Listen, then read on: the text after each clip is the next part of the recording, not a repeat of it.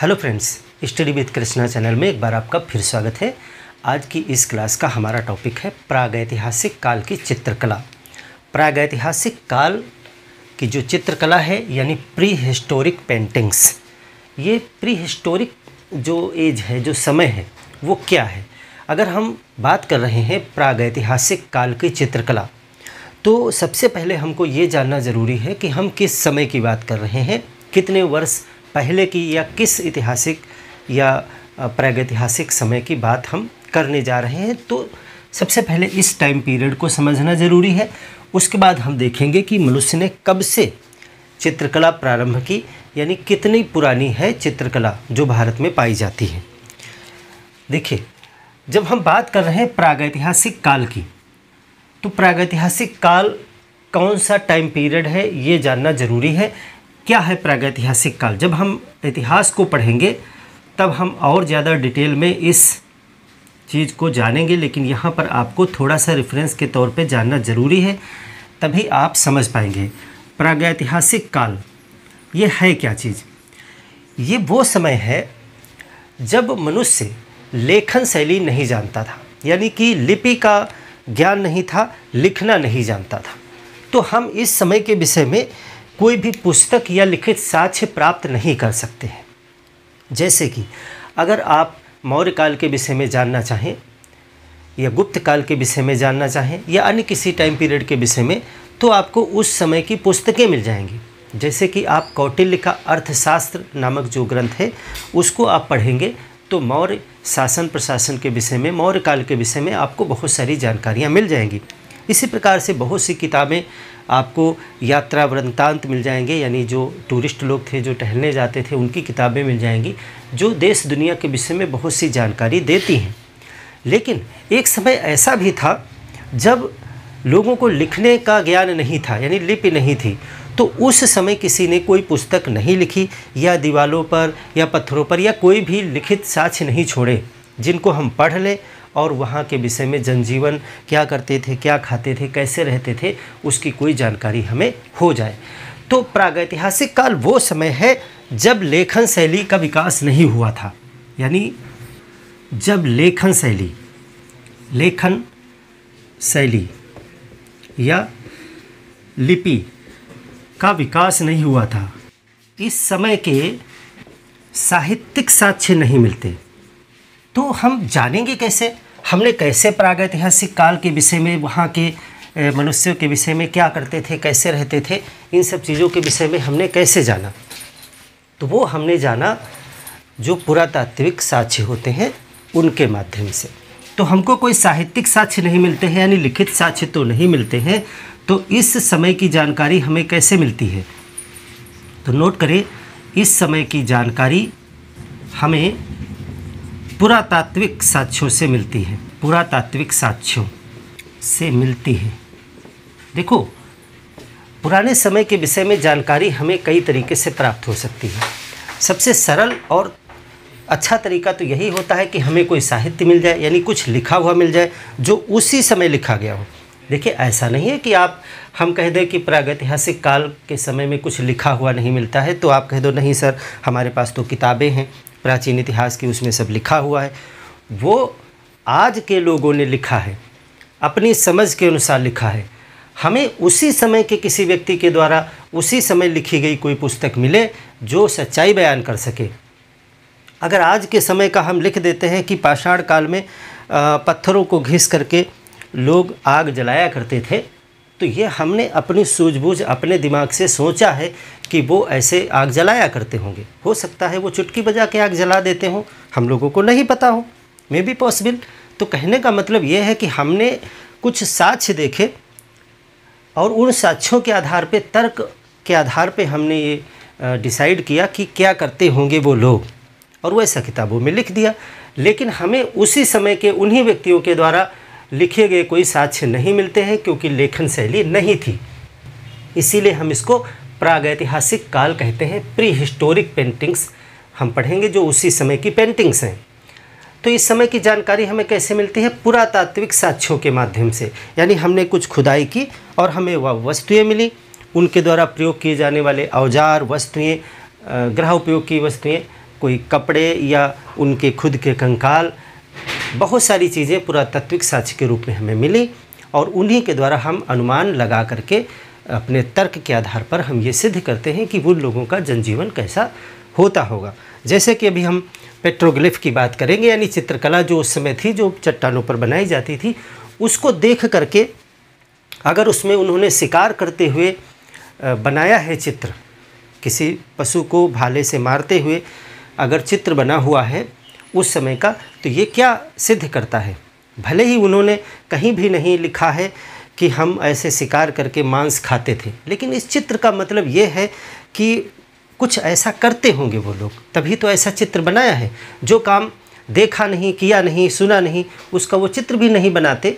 तो अगर शिकार का चित्र बनाया है तो जाहिर सी बात है कि उस समय शिकार वो करा करते होंगे, मांस खाया करते होंगे। और कैसे औजार होते थे, तो औजारों के चित्र उन्होंने बनाए हैं कुछ, तो चित्र को देख करके हम आइडिया लगा सकते हैं।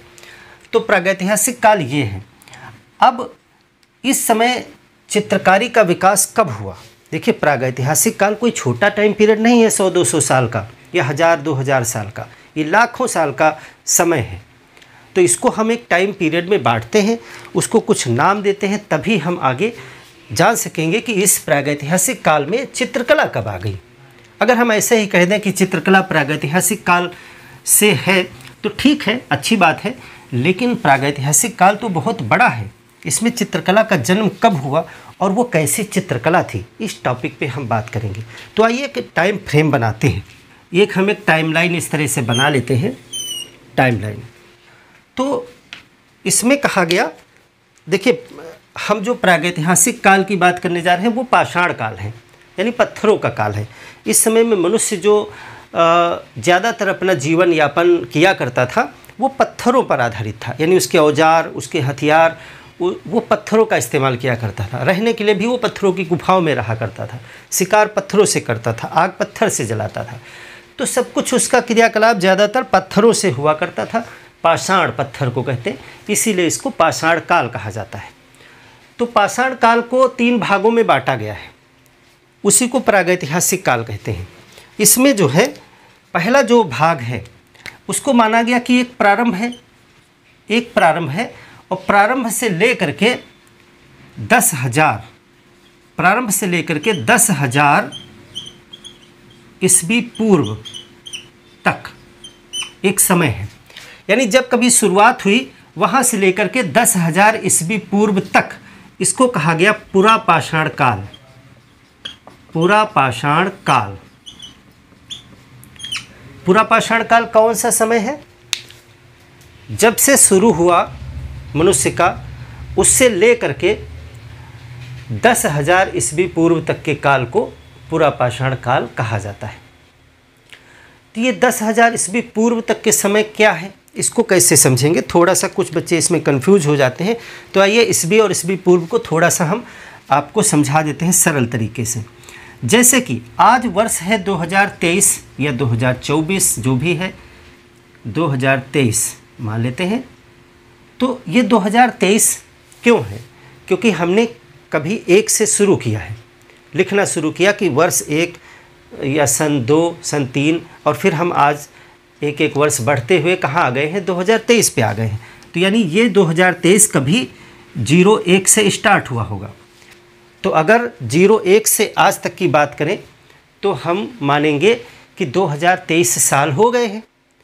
तो क्या इसके पहले 2023 साल के पहले क्या मनुष्य नहीं था, या जनजीवन नहीं था, या प्रकृति नहीं थी? बिल्कुल थी।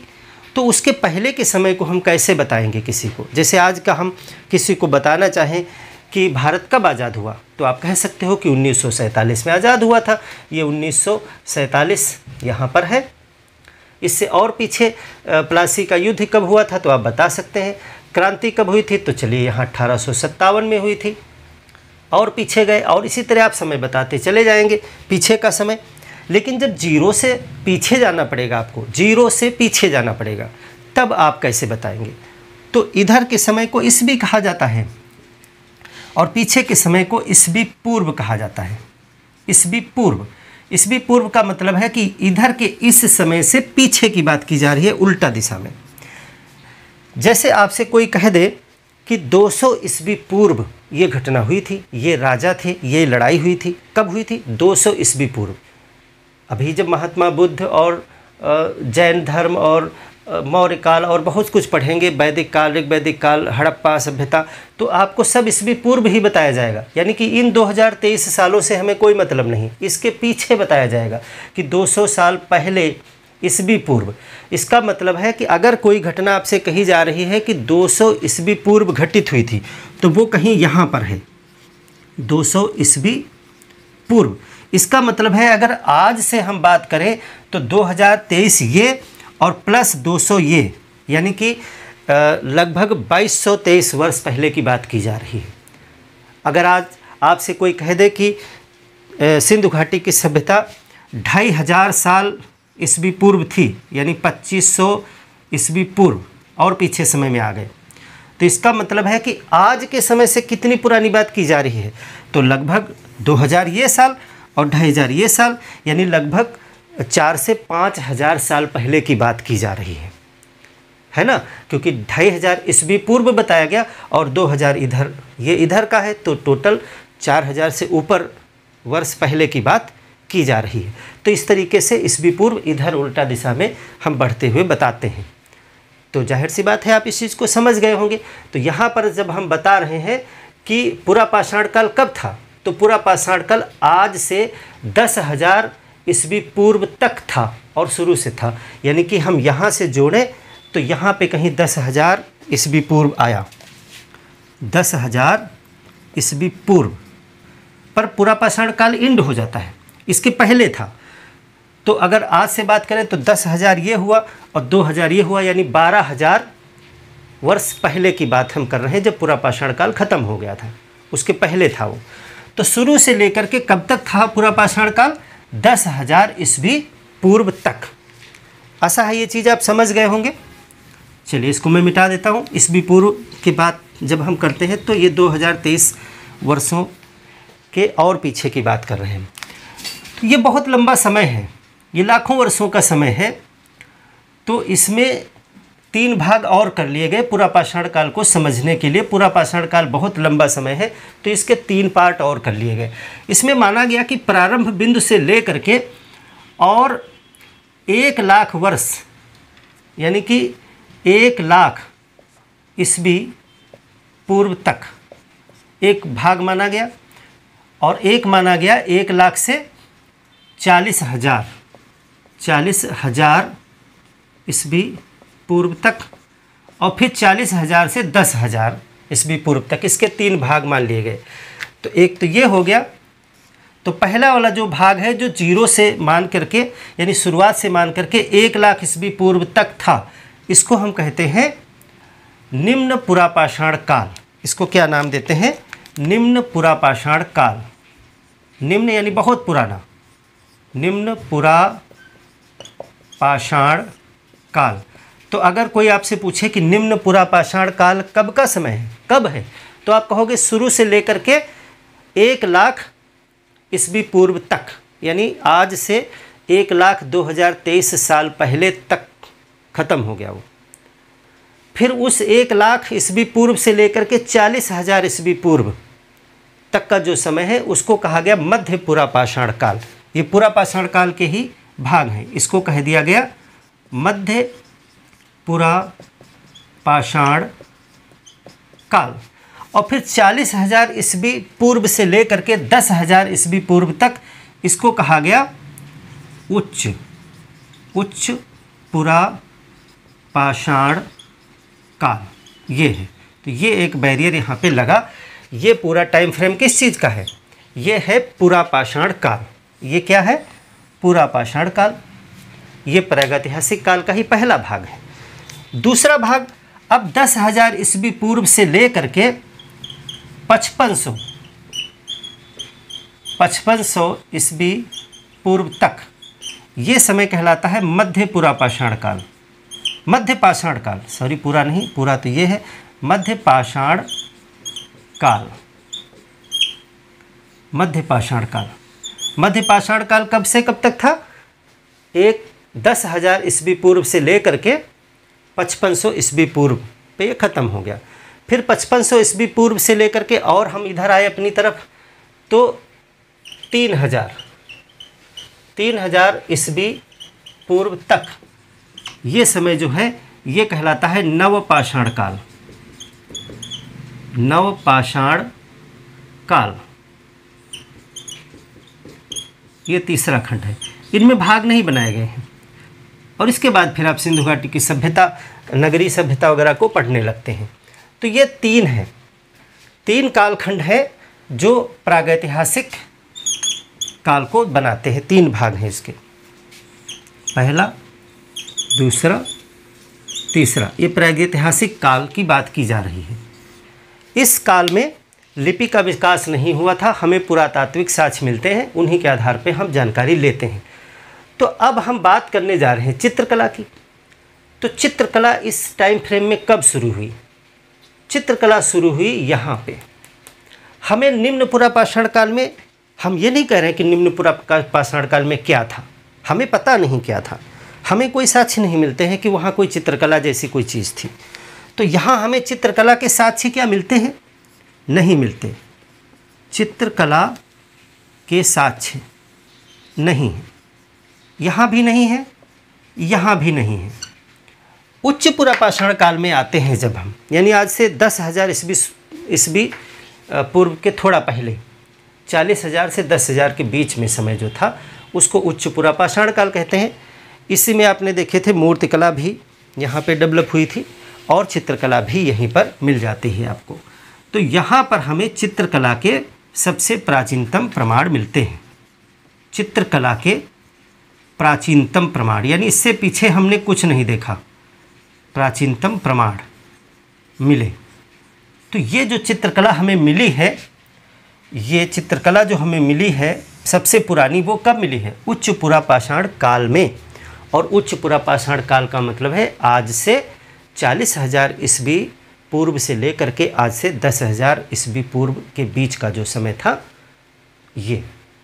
इसका मतलब है कि इतने पहले समय में भी मनुष्य ने चित्रकला प्रारंभ कर दी थी, लेकिन उसके पास लेखन शैली नहीं थी।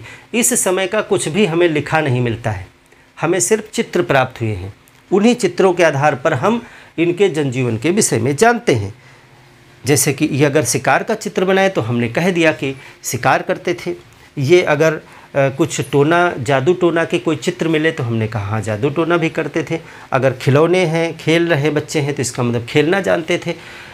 अगर वो जो भी क्रियाकलाप के चित्र बनाए हैं उनके आधार पे हम उनके जीवन के विषय में अनुमान लगाते हैं। और बाकी हमें जो औजार वगैरह जो पुरातात्विक चीज़ें मिलती हैं उनको देख करके भी हम इनके विषय में जानकारी जानते हैं, चित्रकला से भी जानते हैं और जो चीज़ें मिलती हैं उनसे भी जानते हैं। तो ये जो चित्रकला है किस प्रकार की चित्रकला थी? क्या आज के समय की जो चित्रकला है बिल्कुल वैसी थी? नहीं, ये शैल चित्रकला थी। ये जो चित्रकला है वो शैल चित्रकला है। यानी आप लिखेंगे कि जो प्रागैतिहासिक काल की जो चित्रकला है वो किस प्रकार की है? चित्रकला वो है शैल चित्रकला, इसको कहते हैं शैल चित्रकला, यानी पत्थरों पर बनाई गई चित्रकला, जिसको नाम दिया जाता है पेट्रोग्लिफ। पेट्रोग्लिफ शैल चित्रकला को क्या कहते हैं? पेट्रोग्लिफ कहा जाता है। पत्थरों पर खरोच करके, हार्ड होता है चट्टान, गुफा का जो दीवार है पत्थर की बनी हुई है, उस पे पत्थरों से या औजारों से, पत्थरों के ही औजारों से या हड्डियों के औजारों से खुरच करके लाइनें बना करके चित्र बनाए गए हैं कठोर चट्टानों पर। इसीलिए आज तक वो हैं, इतने वर्ष पुरानी होने के बाद भी आज तक वो आपको मिलते हैं देखने को। तो इस चित्रकला को पेट्रोग्लिफ कहा जाता है। अब इसके प्रमाण हमको कहाँ से मिले हैं? हम कैसे जान गए कि वो लोग पत्थरों पर बनाया करते थे? तो हमको गुफाएं मिली हैं, उन गुफाओं की हम कार्बन डेटिंग करते हैं तो जानते हैं कि वो इतने पुराने समय के चित्र हैं, इतने पुराने समय की वो चीज़ें हैं।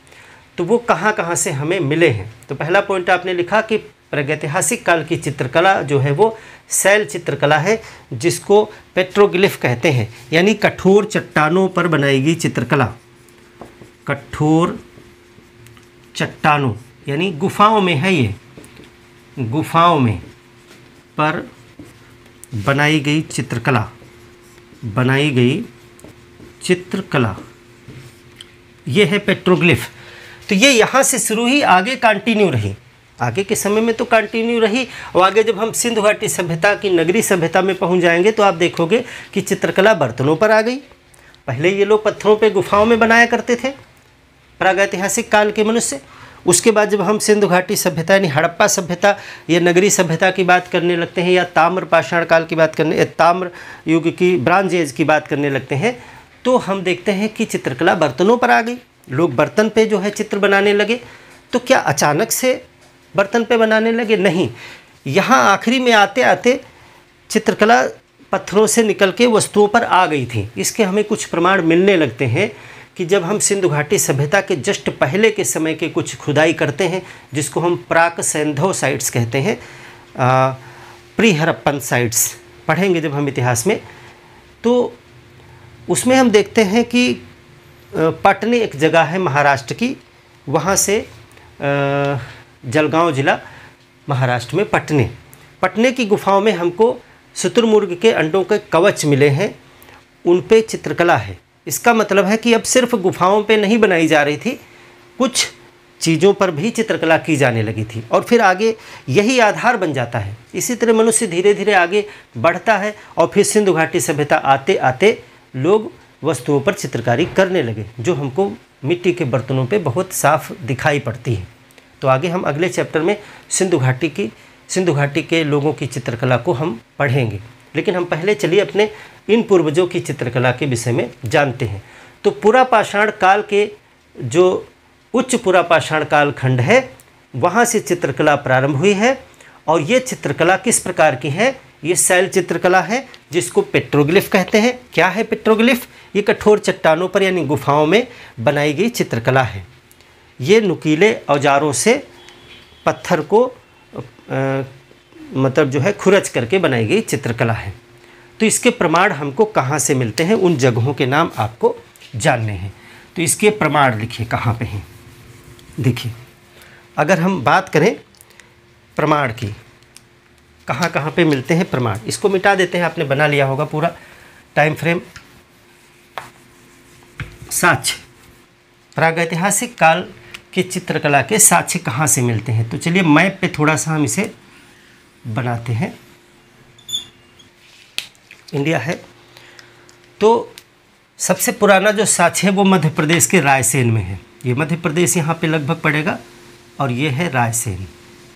यहाँ पे मिला भीमबेटका गुफाएं। भीमबेटका गुफाएं कहाँ हैं?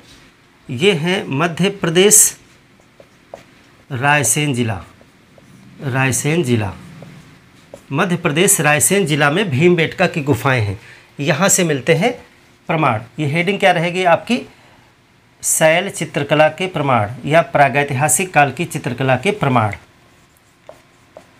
प्रागैतिहासिक चित्रकला के साक्ष्य कहाँ से हमें मिलते हैं, ये हेडिंग डालिए और ये चित्र बनाइए। इसमें लिखिए, पहला जो है वो सबसे पुराना साक्ष्य जो माना जाता है वो भीमबेटका की गुफाएं हैं। भीमबेटका भी कहते हैं इसको। मध्य प्रदेश के रायसेन जिला में ये गुफाएं यहाँ पर हैं। ये जो विंध्याचल श्रेणी है, विंध्य श्रेणी, उसकी तलहटी में यानी उसके नीचे के जो पर्वत है वहाँ पे ये बनाई गई गुफाएं, भीमबेटका गुफाएं। दूसरा प्रमाण हम महाराष्ट्र में देख लेते हैं, या यूपी में आप बात कर लें। यूपी का मिर्ज़ापुर जिला लगभग यहाँ पड़ेगा। ये है मिर्ज़ापुर की गुफाएं, मिर्ज़ापुर गुफाएं। ये कहाँ है? ये यूपी के मिर्ज़ापुर की गुफाएं, यहाँ पे शैल चित्रकला मिलती है। महाराष्ट्र का रायसेन, यहाँ पे पड़ेगा रायसेन जिला। यहाँ पे आपको मिलता है पटने, ये आपका पड़ेगा महाराष्ट्र में। महाराष्ट्र पटने जो है आपका महाराष्ट्र के जलगांव जिला, महाराष्ट्र जलगांव जिला, महाराष्ट्र का जलगांव में पटने। भीमबेटका हो गया, मिर्ज़ापुर हो गया, पटने आपका है महाराष्ट्र का जलगांव जिला। फिर आंध्र प्रदेश के कुर्नूल में मिलता है आपको मुच्छतला चिंतामनुगावी, मुच्छतला चिंतामनुगावी आंध्र प्रदेश में स्थान आपको मिलेगा। मुच्छतला चिंतामनुगावी ये गुफा है। ये आपका आंध्र प्रदेश कुर्नूल जिला। ये सब हमने जो 4 प्रमुख साइटें बनाई, ये क्या है? ये हैं आपके शैल चित्रकला के प्रमाण। शैल चित्रकला, पेट्रोग्लिफ,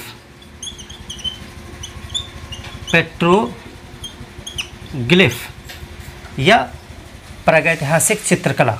ये क्या है? प्रागैतिहासिक चित्रकला है। इसके प्रमाण हमको यहाँ मिलते हैं। ठीक है, इसमें जो है भीमबेटका की गुफाओं में थोड़े 2-4 बिंदु आप लिख लीजिए, बाकी सभी इम्पॉर्टेंट हैं, लेकिन इसके विषय में आपको कुछ और थोड़ा सा जानना है। तो देखिए, इसके विषय में एक पॉइंट लिखिए कि 2003 में ये यूनेस्को की विश्व धरोहर स्थल बनाया गया। यूनेस्को की विश्व धरोहर, ये कब बना? यूनेस्को की विश्व धरोहर ये 2003 में बनाया गया, भीमबेटका की गुफाएं। और ये खोजा गया था 1957-58 में। ये छुपा हुआ था ना, गुफाएं और जंगली क्षेत्रों में छुपी हुई होती हैं। इनको कोई अचानक से व्यक्ति ढूंढ लेता है तो उसको खोजकर्ता का श्रेय दिया जाता है कि इसने व्यक्ति ने ये खोज लिया। तो ये भीमबेटका की गुफाएं जो हैं ये 1957-58 में डॉक्टर विष्णु श्रीधर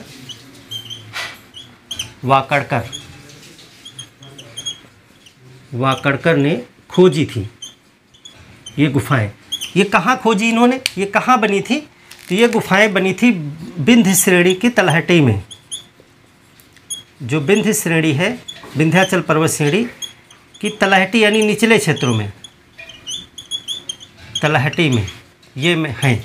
और एक चीज़ लिखें कि इसमें लगभग 700 से अधिक शैलाश्रय हैं। ये सब अलग अलग पॉइंट हैं। 700 से अधिक शैलाश्रय, आश्रय यानी निवास हैं, जिसमें 400 से अधिक में चित्रकला है, चित्रकला मिली है। यानी ये गुफाएं हैं जिसमें अलग अलग छोटे छोटे स्थान हैं, गुफाएं हैं छोटी छोटी, जिनमें 700 से ज़्यादा जो है शैलाश्रय यानी रुकने के स्थान हैं। बहुत से लोग रहा करते होंगे गुफाओं में, तो 700 से अधिक शैलाश्रय यानी आश्रय स्थल, चट्टानों के यानी गुफा के आश्रय स्थल थे, जिसमें 400 से अधिक में चित्रकला मिली है और 500 से अधिक चित्र मिले हैं। 500 प्लस चित्र मिले हैं। ये गुफाएं जो हैं कब की हैं? ये पूरा पाषाणकालीन गुफाएं हैं, पूरा पाषाणकालीन गुफाएं हैं। इसमें ऐसा नहीं कि सारे चित्र पूरा पाषाण काल में ही बनाए गए थे। कुछ चित्र पूरा पाषाण काल में बनाए गए थे, कुछ मध्य पाषाण काल में भी बनाए गए हैं। चित्रों के समय को देखते हुए बनाया गया, क्योंकि आगे भी मनुष्य उसी गुफा में रहता रहा होगा, तो आगे भी उसने अपने समय में चित्र बनाए रहे होंगे उसमें। तो पुराने भी चित्र हैं, कुछ नए चित्र भी हैं उसके बाद के। तो ये भीमबेटका की गुफाओं के विषय में कुछ जानकारी एक्स्ट्रा आप लिख लीजिए। अब आइए बात करते हैं कि कैसे चित्र थे, क्या विषय था। जब चित्र बने थे तो किस टॉपिक पे चित्र बनाए गए थे, विषय वस्तु क्या थी चित्रकला की। तो जैसा हमने अभी आपको बताया कि उस समय मनुष्य क्या करता रहा होगा। उस समय का मनुष्य का काम था खास करके भोजन, यानी जीवन यापन के लिए वो रहने के लिए कहाँ रहता था? गुफा में रहता था। खाने के लिए व्यवस्था क्या करता होगा? शिकार करता होगा। उस समय तक कृषि डेवलप तो नहीं थी, तो पहले तो वो मांसाहारी ही था, वो शिकार करता होगा। शिकार के लिए उसने औजार बनाए पत्थरों से, उसी से वो जानवरों को मारता होगा, खाता होगा। तो जो क्रियाकलाप जीवन के थे वही तो चित्रकारी में निकल करके आएंगे। तो चित्रकला में भी दैनिक क्रियाकलापों के साथ साथ शिकार, युद्ध, जादू टोना और बच्चों के खेलना, जानवर, पशु जो है ये सब चित्र में बनाए गए हैं। तो विषय वस्तु क्या है? प्रागैतिहासिक चित्रकला की विषय वस्तु क्या थी? विषय वस्तु यानी किस टॉपिक पे बनाते थे? तो प्रकृति, मनुष्य, एवं दैनिक क्रियाकलाप यानी वो दैनिक जीवन में जो करता था वही बनाता था।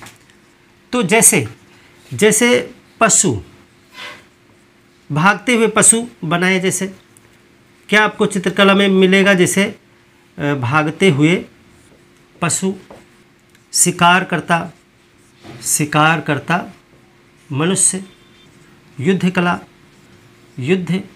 कला, खेल, कुछ जादू टोना, सर्प आदि के चित्र हैं। भागते हुए पशु हैं, शिकार करता मनुष्य है, मछली पकड़ता हुआ है, युद्ध कला का है, खेल है, जादू टोना है, सर्प है। यानी इन सब चीज़ों पे जो है चित्र बने हुए हैं। आप देखोगे कि दैनिक क्रियाकलापों के ही चित्र हैं। और चित्र कैसे बनाए गए हैं, किस तरीके से बनाए गए हैं? तो जो पुराने चित्र हैं, जो सबसे पुराने हैं, वो तक्षणी एवं बेधनी, यानी बेधनी मतलब सुराख करने वाली कोई नुकीली वस्तु, तक्षणी मतलब चोट करके तोड़ने वाली कोई वस्तु, जैसे छेनी होती, उसको तक्षणी कहा जाता है। तो इस तरीके से तक्षणी और बेधनी का प्रयोग करके बनाए गए हैं। जो पुराने चित्र हैं वो तक्षणी और बेधनी का प्रयोग करके बनाए गए हैं, प्रयोग करके बने हैं। यानी कि आप कह सकते हो कि ये पूरा पाषाण काल के जो चित्र हैं, पूरा पाषाण काल यानी जो पुराने चित्र हैं वो इस तरह बनाए गए हैं। लेकिन जो मध्य पाषाण काल आते आते यानी उसके थोड़ा और नए समय में आ गए। मध्य पाषाण काल में पत्थर एवं हड्डी के नुकीले औजारों का प्रयोग किया गया होगा, औजारों का प्रयोग किया है। ये कैसे पता चल जाता है? जो खुरचन है, जो लाइनें हैं, उससे पता चल जाता है कि ये नुकीले औजार से बनाया गया है। तो जो नए चित्र हैं यानी जो ज़्यादा पुराने चित्र हैं, जिनको हम कह सकते हैं पूरा पाषाण काल के रहे होंगे, उच्च पूरा पाषाण काल के, वो तक्षणी और बेधनी का इस्तेमाल करके बनाएंगे। यानी इससे ऐसे ठोक करके बनाओगे तो स्पष्ट उतनी अच्छी लाइनें नहीं बनेंगी। और जब नुकीले से खुरच करके ऐसे बनाओगे तो ज़्यादा अच्छा लाइन ड्रा हो जाएगी। तो बाद की जो चित्र हैं वो लगता है कि नुकीले औजारों से बनाए गए होंगे। और नुकीले औजार मिले हैं, पत्थरों के बनाए हुए, हड्डियों के बनाए हुए नुकीले औजार भी मिले हैं। तो उससे पता चलता है कि बाद में जो बनाए गए मध्य पाषाण काल में वो हड्डी और पत्थरों के नुकीले औजारों का प्रयोग करते बनाए गए हैं। चित्र में जो शिकारी है उसके पास नुकीला भाला भी है। यानी चित्र बनाया गया है कि एक मनुष्य नुकीले भाले से जानवर को मार रहा है। तो इसका मतलब है कि वो चित्र मध्य पाषाण काल का है। तो इसका मतलब है कि मध्य पाषाण काल में नुकीले औजारों से शिकार करना शुरू कर दिया था। तो चित्र में नुकीला भाला दिखाया गया है, यानी कि नुकीले भाले से शिकार करता मनुष्य का चित्र मिला है। मनुष्य का चित्र स्पष्ट करता है कि नुकीले औजार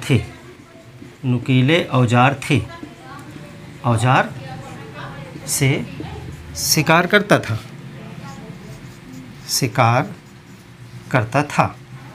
तो नुकीले औजार बने होंगे, देखा होगा, तभी तो उनका चित्र बना है और मिले भी हैं। तो ये नुकीले भाले वगैरह आपको देखने को मिलते हैं। लाइनों से चित्र बनाए गए हैं, कुछ रंग भी भरे गए हैं। अगला पॉइंट लिखिए कि कुछ चित्रों में रंग भरे गए हैं। कुछ चित्रों में रंग भरे गए हैं। खास करके जो बाद के चित्र हैं, ज़्यादा पुराने में नहीं, लेकिन खास करके जो नए चित्र हैं, हमारे लिए तो वो भी पुराने हैं, लेकिन पुराने से जो थोड़ा नए चित्र हैं उनमें रंग भी भरे गए हैं। तो खनिज रंगों का प्रयोग किया गया है।